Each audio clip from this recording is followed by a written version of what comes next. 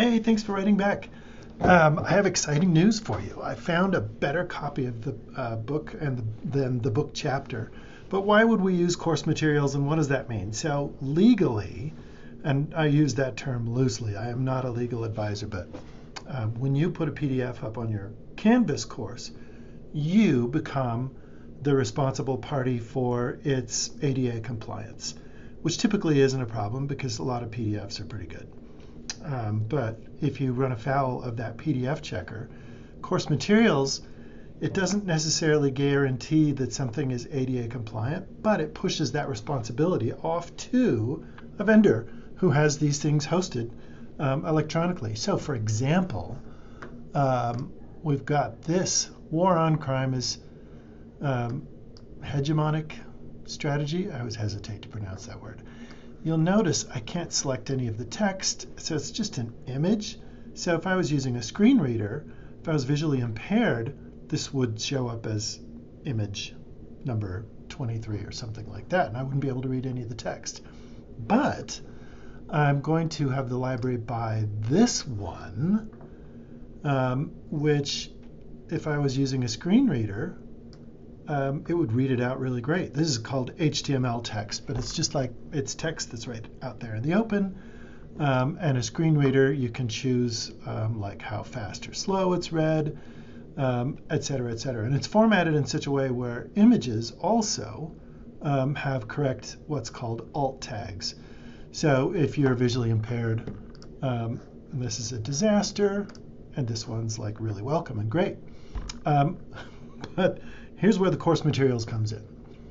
So, by the way, if you go to the library homepage and type in course materials and then search on the library website right here, the first link will be course materials. So everything that I'm going to be talking about, you can check on this. That's also libutah.edu/services/course-reserves PHP. So instead of having to pick which PDF, when you go to Canvas, you can have the library pick it through the course materials. It's like a connection between Canvas and the library. How do we do this? There's a bit of a starting bit. So this is my own private course. I'm not the teacher of record or anything like that, so if I request stuff, it goes nowhere. But if you are teaching a specific course, like the 3574 course number, what that means is that anything that you request via course materials will be picked using the library catalog, but the one that will go up is the good one. So here's how we do that. Course materials used to be called course reserves back in the day, but it's something that shows up here in your items on the navigation menu of Canvas. If you don't have it, and this is class specific, so I would go into settings and then go to navigation. This is what that tutorial shows.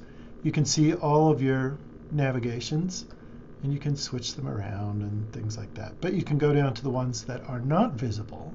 So here I have course materials. I'm going to drag that up. You can put it anywhere you want.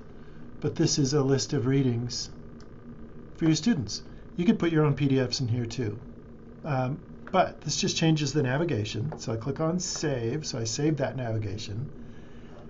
Now in my class, or my personal profile, maybe all my classes show up with this. When I click on course materials though, and I'm in that class, it will automatically be embedded. And I'll click open up in a new tab. And I'd forgotten I stuck that one up there. I could not resist the title, The World of Saucy Physics. So what you'll get is you get a prompt for like how long is your semester. Semesters are typically 16 weeks. And then this is the format, like week 1, week 2, or general readings, or reading lists and things like that. How do we add something to it?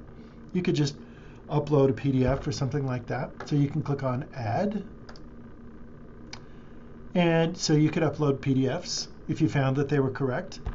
You could add using a whole bunch of different things. Manual entry might be like a request. If you ever run stuck, just email me. Oftentimes faculty will write to me and say, hey, can we have a copy of this book? And I'll order it really rush, and then it'll show up when you search the library. So I'm going to look for books, and then I'll grab the title of this. Oh Lord, I lost where I am. There we go. So I'm going to search for that title. Is there a search for it? Oh, here it is. It's off screen. There's a little magnifying glass. Sorry, that's off screen on my video. Searching for it, and it shows nothing. So this is an issue that you'd reach out to me. But say it was, let's do an easy one.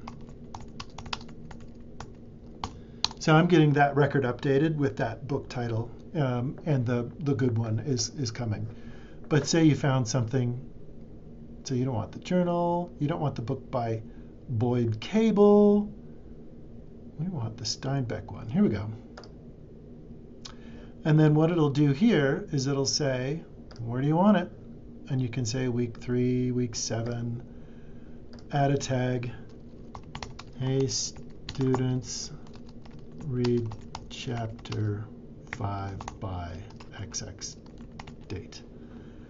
And then when you click add,